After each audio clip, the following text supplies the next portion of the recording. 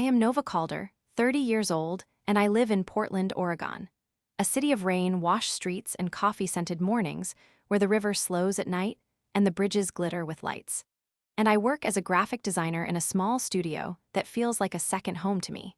The kind of place where every rough edge of a project can be coaxed into something honest if you stay patient long enough. And I am the kind of person who believes in loyalty, in keeping promises, in the quiet ritual of making things that feel true. And I am most at home when I am sketching lines on a clean sheet of paper, sipping black coffee, and listening to the soft hum of the office with the lights flickering just enough to remind you that you are awake and alive.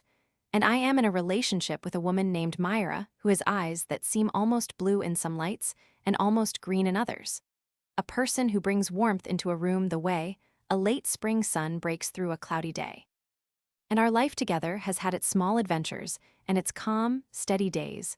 The kind of life that feels safe and predictable if you do not look too hard at the corners where doubt might hide.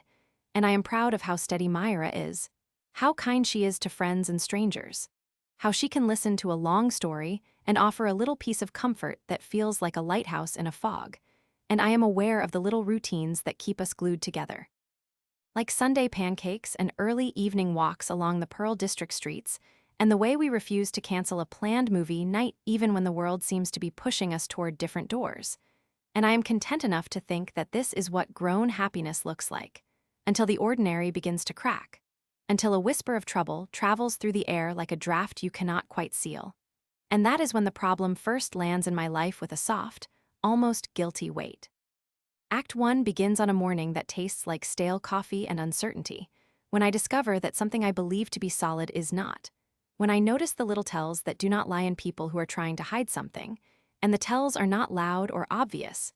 They are the small changes in a routine I trusted, like Mira arriving home later than usual, hair still damp from a shower she did not pretend to have, a phone that lights up with messages at times when I am supposed to be asleep. And I begin to notice the way she smiles a little too long at a coworker named Mason Reed, the kind of smile that feels like a secret. And I notice how those smiles vanish when I walk into the room, and the subtle blush when she texts him after a long meeting, and the way she never quite looks me in the eye when she tells me she loves me. And I am not sure what I am seeing until the day I catch Mira and Mason in that familiar break room, their laughter too loud, their conversation a touch too intimate. And I hear a whispered endearment that sounds like a lie when it lands on my ears, and I ask Mira what is going on with a voice that sounds larger than me, and she does not admit the truth at first. She tries to turn the words toward a joke. She jokes that we are overreacting, that our lives are not a story fit for gossip, and I feel something inside me crack open like a shell losing its grip. And then the truth finally falls from her lips in a calm, practiced way. She tells me they have been seeing each other for a while, that there is nothing reversed about what they did, that it was a mistake but it happened and they cannot pretend it did not. And in that moment the ground shifts, the room tilts, my lungs forget how to fill with air, and I am gripped by a pain so raw it feels like it could swallow me. And I tell her that I cannot do this anymore. I tell her I am finished. I tell her to leave, and I do not cry in front of her, not then. Because I learned long ago that the moment you cry in front of the wrong person, you give them something they do not deserve. And she leaves as if she is stepping into a new life she has chosen, while I stand there with my heart in pieces. And I realize that the person I believed in is not the person I thought. And I am left standing in the middle of a room that suddenly feels too large, too empty, too honest in its exposed pain, and the next hours blur into safety measures. I pack my things from the apartment I shared with Mira. I call a friend to crash on their couch for a few nights. I tell myself to breathe. I tell myself that I will not make this a spectacle. I tell myself that I will not let this betray me into becoming someone I do not want to be. But the ache sits with me like a stubborn shadow, and the knowledge that I have a nemesis now, a coworker who helped break us, settles into my chest as if I am learning to live with a new kind of ache I never asked for, and the decision to end the relationship feels like the only honest choice I can make, even though a part of me wants to stay, to hold on to something I believed was true, to pretend that this was a misstep and not a doorway into a new, harsher reality. And so in the days that follow, I tell Mira it is over, I separate my belongings, I block numbers and email addresses. I walk away from the apartment with every ounce of dignity I can muster, and I vow to rebuild. And that is when Mason, the the coworker who lived inside this story as a shadow, moves from being a fact in my life to being a real presence that I cannot ignore. And even though I tell myself that I will not seek revenge, I cannot help but feel a pull toward something that feels like justice, because the person I used to be deserves more than a quiet, unspoken ending to a chapter that did not end on its own terms. And I begin to see that the problem I must solve is not just the betrayal, but the way life in this city will keep moving without me if I do not fight for a version of myself that can survive this. And the fear of losing everything to bitterness becomes a new fear that walks beside me every day. Act 2 begins with the first attempts I make to solve the problem, attempts that are honest and flawed and human, as I try to mend a heart that refuses to mend on its own. And I throw myself into work, into the showrooms and the sketches and the long nights at the desk trying to beat back the ache with neon-colored designs, and I win a few small battles. I finish some ambitious projects on time. I push past the fatigue that clings to my eyes like a cloud. And I tell myself that maybe this is how a person moves on, by throwing themselves into effort and endurance, by pretending the pain is not the point of the story, by pretending that I am fine while a part of me is not, and I attempt to make peace with a life I did not choose.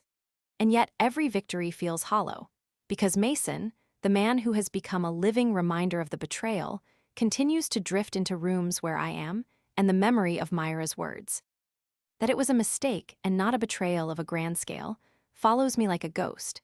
And I realize that the problem has its roots in trust, and trust is not something you can simply plant and watch bloom. You must nurture it every day, and I am not sure I know how to do that for myself after what happened. And so the days turn into weeks, and I begin to see how our corporate world can manufacture a version of you for the purposes of a sterile culture.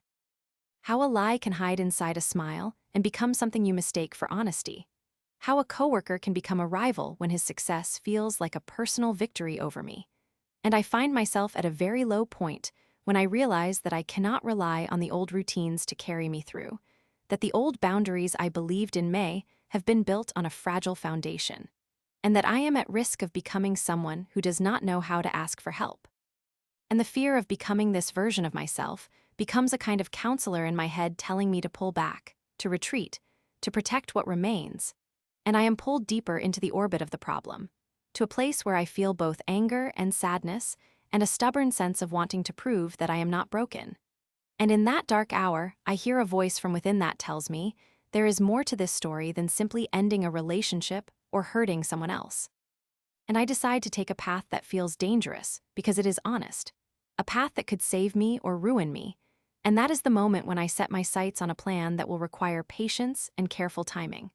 A plan that does not involve smashing the office glass with anger or yelling down hallways in a storm, but rather a quiet, deliberate act that uses the truth as its weapon. And I begin to gather the evidence in a careful and disciplined way, not to ruin lives for the sake of revenge, but to ensure that what happened cannot be ignored or swept under the rug. And I learn to navigate a world of people who pretend to be friendly while placing bets on who will break first. And I confront Mason with a calm that feels like a shield, not a sword, asking him to step back from his deception and to tell the truth to himself and to the people who care about him. And when he refuses, I realize that the surest route to healing is not to attack him in a moment of weakness, but to expose the truth to the people who matter, to the Human Resources Department, and to Myra if she is willing to take responsibility for her part.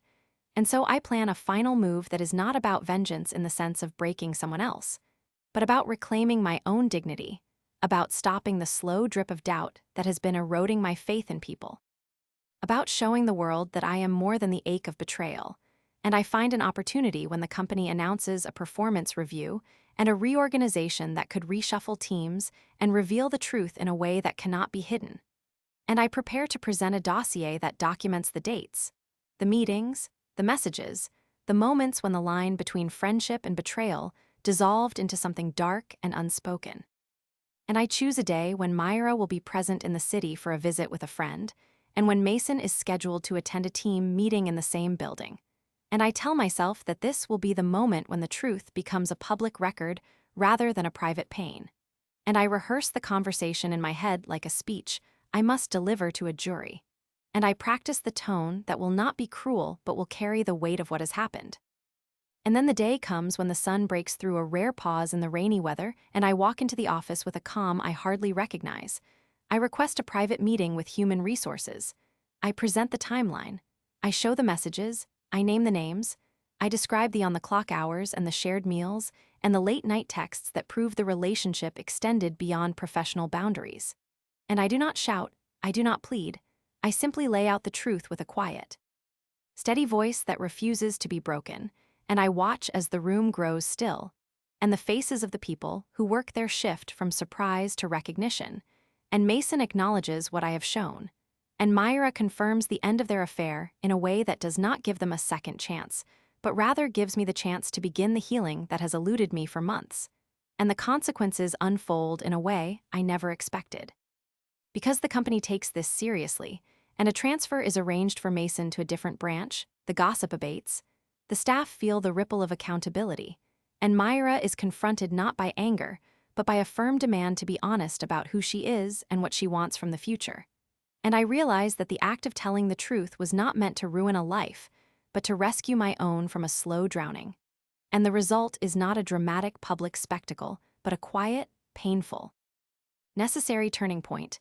And in the days after I begin a new life that is still fragile, but I am no longer the same person who walked into that office with fear gripping my chest. I move into a small studio of my own in a neighborhood that smells of coffee and rain and old brick. I put my energy into my work again. I allow myself to cry when I need to.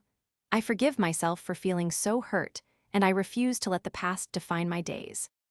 I reach out to a few close friends who remind me what it means to be seen, and I start to take small steps toward healing by reclaiming the rituals I loved before this happened, like long Sunday walks along the riverfront, like sketching in a sun-warmed corner of a cafe, like drawing patterns for a project that feels more like a lifeline than a design.